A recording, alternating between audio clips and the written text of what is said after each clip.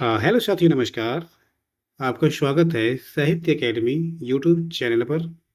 आज हम बात करने वाले हैं तृतीय सेमेस्टर का प्रथम प्रश्न पत्र, जिसकी परीक्षाएं कल दिनांक 12 अगस्त 2024 से शुरू होंगी। तो इसके हम एमसीक्यू को लगाते हैं राजन सीरीज के। तो आइए देखते हैं। इसमें सबसे पहले प्रश्न दे रखा है, उपचारात्मक शिक्षण में प्रमुख रूप से चयन किया जाता है। क्या किया जाता है? यानी कि शिक्षण नीतियों एवं युक्तियों को। नंबर 2, प्रार्थना स्थल की गतिविधियों में नवाचार। क्या क्या नवाचार होते हैं? यानी जब प्रार्थना होती है तो संगीत का भी प्रयोग होता है, ड्रम का भी प्रयोग होता है। तो कुल मिलाकर हमारा ये वाला सही हो जाएगा, सा आ और बा दोनों। अब रेड क्रॉस सोसाइटी का उद्देश्य नहीं है। जो रेड क्रॉस सोसाइटी है उसका उद्देश्य क्या नहीं है? सेवा करना, ये उद्देश्य है। स्वास्थ्य में वृद्धि करना, ये भी है। मातृत्व का विकास, ये भी है। परीक्षाओं को तैयार करना, ये नहीं है। तो यानी इसके हिसाब से ये सही होगा। अब हम लोग आगे बढ़ते हैं। मापन का सामान्य सिद्धांत संबंधित है आ यानी कि गणित। यानी हम कुछ मापते हैं तो विज्ञान, सामाजिक विज्ञान, अर्थशास्त्र सही ना होकर गणित सही होगा, क्योंकि गणित के अंतर्गत हम मापन प्रणाली का प्रयोग करते हैं। और उसके बाद पूछ रहा है, ब्लूम टैक्सोनॉमी विकसित हुई थी 1957, 1958, 1956 या 1955? तो ये हुई थी हमारी 1956, 1956 में। मूल्यांकन होता है मात्रात्मक, केवल गुणात्मक, या मात्रात्मक एवं गुणात्मक? तो मात्रात्मक एवं गुणात्मक दोनों होता है। मूल्यांकन प्रक्रिया के सोपान है शिक्षण के उद्देश्य, सीखने से उत्पन्न अनुभव, व्यवहार में परिवर्तन, या सभी? तो ये सभी होंगे। मूल्यांकन वह प्रक्रिया है जिसके द्वारा शिक्षक एवं छात्र यह निर्णय करते हैं कि शिक्षण लक्ष्यों को प्राप्त किया जा रहा है या नहीं। तो ये किसने कहा था? ये कहा था क्रॉनबेक ने। किसने कहा था? क्रॉनबेक ने। प्रायोगिक मूल्यांकन होता है, तो प्रायोगिक मूल्यांकन विज्ञान, भूगोल, कृषि में होता है, न कि हिंदी और संस्कृत, दर्शन शास्त्र, इतिहास एवं नागरिक शास्त्र। यानी ये भी गलत, ये भी गलत। मूल्यांकन वह प्रक्रिया का केंद्र बिंदु होता है। लेकिन मूल्यांकन प्रक्रिया का केंद्र बिंदु क्या होता है? तो विद्यार्थी होता है। तो विद्यार्थी अपने आप को केंद्र बिंदु माने। यानी अगर विद्यार्थी नहीं होगा तो अध्यापक, प्रधानाचार्य, विद्यालय, पाठ्य पुस्तक का कोई महत्व नहीं रह जाता है ना। शिक्षण अधिगम प्रक्रिया में नवाचार, अभिक्रमित अनुदेशन, टोली शिक्षण, खुली कक्षा कक्ष, या उपर्युक्त सभी? तो इसका आंसर सही होगा उपर्युक्त सभी। अब आइए हम लोग बात करते हैं ब्लू प्रिंट। ब्लू प्रिंट क्या रहता है? प्रश्न पत्र की आधारशिला रखना, शिक्षण की आधारशिला रखना, या विद्यालय की आधारशिला रखना, या इनमें से कोई नहीं? तो ब्लू प्रिंट, प्रिंट यानी प्रश्न पत्र, तो प्रश्न पत्र की आधारशिला रखना, इसका सही आंसर ये होगा। क्रियात्मक शोध का मूल आधार होता है। यानी जब क्रियात्मक शोध होता है उसका मूल आधार क्या होता है?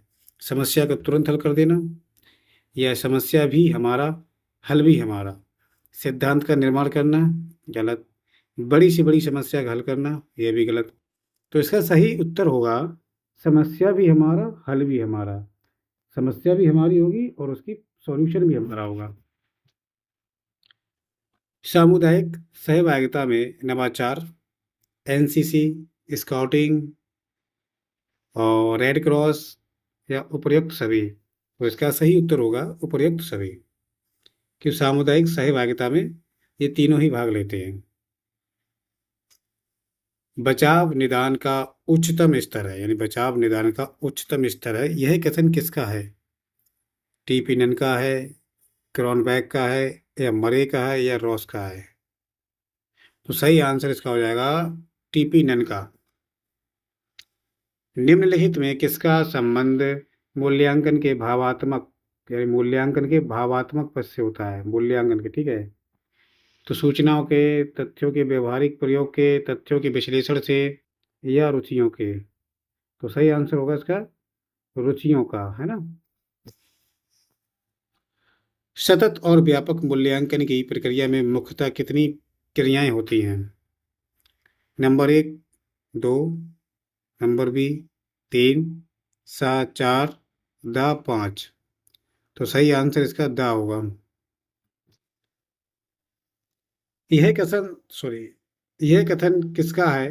क्रियात्मक शोध का तात्पर्य उस प्रक्रिया से है जिसके द्वारा अभ्यासकर्ता अपने निर्णय एवं क्रियाओं का मार्गदर्शन, संशोधन तथा मूल्यांकन करने के लिए अपनी समस्याओं का वैज्ञानिक ढंग से अध्ययन करता है। यह कथन कोरे का है। मापन होता है, बताएं, अभी आपको बताया गया था, मापन होता है मात्रात्मक। व्यक्तित्व के सभी पक्षों का मूल्यांकन किया जाता है सतत मूल्यांकन द्वारा, इकाई मूल्यांकन द्वारा, दक्षता आधारित मूल्यांकन द्वारा, या व्यापक मूल्यांकन द्वारा। तो इसका सही आंसर होगा व्यापक मूल्यांकन द्वारा। आइए अब हम बात करते हैं ज्ञान, बोध व अनुप्रयोग का संबंध मूल्यांकन के किस पक्ष से है? तो इसका संबंध जो है संज्ञानात्मक पक्ष से है, जिसको कभी कभी ज्ञानात्मक भी बोल देते हैं ना। सत्र के अंत में किया जाने वाला मूल्यांकन कहलाता है, यानी कि वार्षिक मूल्यांकन। उच्चतम परीक्षण की विशेषता नहीं है। क्या नहीं है? कठोरता नहीं है। छात्रों की रुचियां, संवेगों एवं मनोवृत्तियों से संबंधित मूल्यांकन का पक्ष कहलाता है। तो ये कहलाता है भावात्मक पक्ष। छात्रों को त्रुटियों का ज्ञान होने पर उन्हें दूर करने के लिए किया जाने वाला शिक्षण कहलाता है उपचारात्मक शिक्षण। क्या कहलाता है? उपचारात्मक शिक्षण। व्यापक मूल्यांकन द्वारा मूल्यांकन किया जाता है व्यक्तित्व के सभी पक्षों का, यानी व्यक्तित्व के सभी पक्षों का मूल्यांकन किया जाता है। मूल्यांकन का संज्ञानात्मक पक्ष संबंधित है। तो मूल्यांकन में ज्ञान से, बोध से, अनुप्रयोग से, ये पक्ष है, यानी उपयुक्त सभी सही हो जाएगा।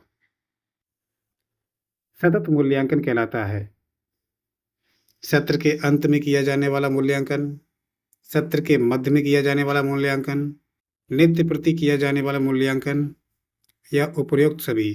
तो इसका आंसर हो जाएगा उपयुक्त सभी, क्योंकि सतत मूल्यांकन यानी रेगुलर मूल्यांकन, इसका अंत में भी कर सकते हैं, मध्य में भी कर सकते हैं, और नित्य प्रति कर सकते हैं, ठीक है। विज्ञान, भूगोल तथा कृषि विषय होते हैं केवल मौखिक मूल्यांकन के लिए। उच्च उत्तम परीक्षण की विशेषता है, उत्तम परीक्षण की विशेषता है, क्या है? वैधता है, विश्वसनीयता है, वस्तुनिष्ठता है, और उपयुक्त सभी। रचनात्मक मूल्यांकन में किया जाता है रचनात्मक मूल्यांकन में किया जाता है बच्चों की प्रारंभिक ज्ञान का मूल्यांकन, बच्चों के अंतिम ज्ञान का मूल्यांकन, बच्चों के मध्यांतर ज्ञान का मूल्यांकन, या बच्चों की समग्र ज्ञान का मूल्यांकन। तो इसका सही आंसर ये कट आंसर राइट ये होगा, बच्चों के प्रारंभिक ज्ञान का मूल्यांकन। भावात्मक पक्ष कहलाता है बच्चों की रुचियों से संबंधित मूल्यांकन, बच्चों के संवेगों से संबंधित मूल्यांकन, या बच्चों की मनोवृत्तियों से संबंधित मूल्यांकन, यानी ये तीनों सही है। तो इसका मतलब हमारा उपयुक्त सभी सही हो जाएगा। ब्लूप्रिंट का संबंध है, अभी आपने ऊपर पढ़ा था, ब्लूप्रिंट फिर से आ गया है। उपचारात्मक शिक्षण, नवाचार शिक्षण, प्रश्न पत्र निर्माण में, क्रियात्मक शोध में। तो इसका सही आंसर होगा प्रश्न पत्र निर्माण में।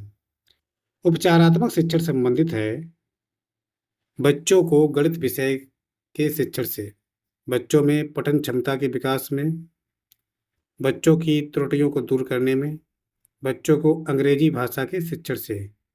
तो इसका सही आंसर बच्चों को, या बच्चे की जो त्रुटियां हैं उनको दूर करना, है ना।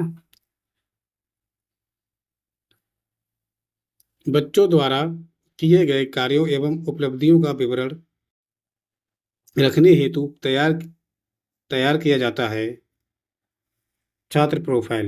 इन बच्चों द्वारा किए गए कार्यों या उपलब्धियों का विवरण रखने हेतु तैयार किया जाता है छात्र प्रोफाइल। निम्नलिखित में किसके द्वारा यह पता चलता है कि बच्चे ने अभी तक कितना ज्ञान व कौशल अर्जित किया है? सा मापक। निम्नलिखित में कौन सी क्रियात्मक शोध की विशेषताएं होती हैं? तो इसका दा हो जाएगा अनुभवजन्य होती हैं। क्रियात्मक शोध का संपादन कितने चरणों में होता है? क्रियात्मक शोध का संपादन 6 चरणों में होता है। क्रियात्मक शोध में समस्या की पहचान करते समय होने वाले तथ्यों की जानकारी के अंतर्गत नहीं करता है। तो सही उत्तर उसका होगा पर व्यक्ति। क्रियात्मक शोध से किसी समस्या के प्रस्तावित उत्तर कहलाता है परिकल्पना कहलाता है। क्रियात्मक शोध जिस लक्ष्य समूह के बारे में किया जाता है उसे कहते हैं समष्टि। निम्नलिखित में कौन सा क्रियात्मक शोध उपकरण अंतर्गत नहीं आता है? तो क्या नहीं आता है? प्रशिक्षण। बालक एक ऐसी पुस्तक है जिसका अध्ययन अधोपांत शिक्षक कक्ष में करता है सा यानी कि रॉस। निबंधात्मक परीक्षण के प्रश्न है उदाहरणार्थ। वस्तुनिष्ठ परीक्षा की विशेषता नहीं है सा पाठ्यक्रम की व्यापकता। समस्या हमारी और हल भी हमारा। अब बताइए, आप अभी बात किया था हम लोगों ने, तो यह है क्रियात्मक शोध। समस्या हमारी हल भी हमारा। शैक्षिक मूल्यांकन का अंग है व्यवहारात्मक अनुभव, प्रेरणात्मक अनुभव, स्मृति अनुभव या अधिगम अनुभव। तो इसका होगा अधिगम अनुभव। परिकल्पना होती है समाधान का पूर्ण अनुमान, समाधान का बाद में अनुमान या शोध के मध्य अनुमान या कोई अनुभव किया नहीं जाता। जिसका आंसर होगा समाधान का पूर्ण अनुमान। मापन का सामान्य सिद्धांत है गणित से। ये क्वेश्चन पहले हम लोग पढ़ चुके हैं अभी। और उसके बाद मापन किन्हीं निश्चित स्वीकृति नियमों के अनुसार वस्तुओं को अंक प्रदान करने की प्रक्रिया कहलाती है। सॉरी, यह कथन किसका है? एमएस स्टीवेंस का। एमएस स्टीवेंस का। शैक्षिक उद्देश्य के अंग हैं क्या है? बालक भी है, समाज भी है, विषय वस्तु भी है, उपर्युक्त सभी है। बालक के विभिन्न कौशल विकसित होने वाला क्षेत्र ज्ञानात्मक क्षेत्र, भावात्मक क्षेत्र, क्रियात्मक क्षेत्र या उपर्युक्त सभी। उपर्युक्त सभी। बौद्धिक योग्यता में बोध का अंग नहीं है। तो कौन सा नहीं है? अनुप्रयोग नहीं है। अब हम वीडियो को यहीं पे एंड करेंगे। अगली वीडियो में इसका आगे कंटिन्यू करेंगे, क्योंकि लगातार वीडियो बड़ी हो जाएगी जिसमें क्या है आपको इतना रुचि नहीं दिखाएंगे देखने के लिए। तो मैं इसका सेकंड पार्ट आगे कंटिन्यू करूँगा। यहाँ तक देखने के लिए धन्यवाद।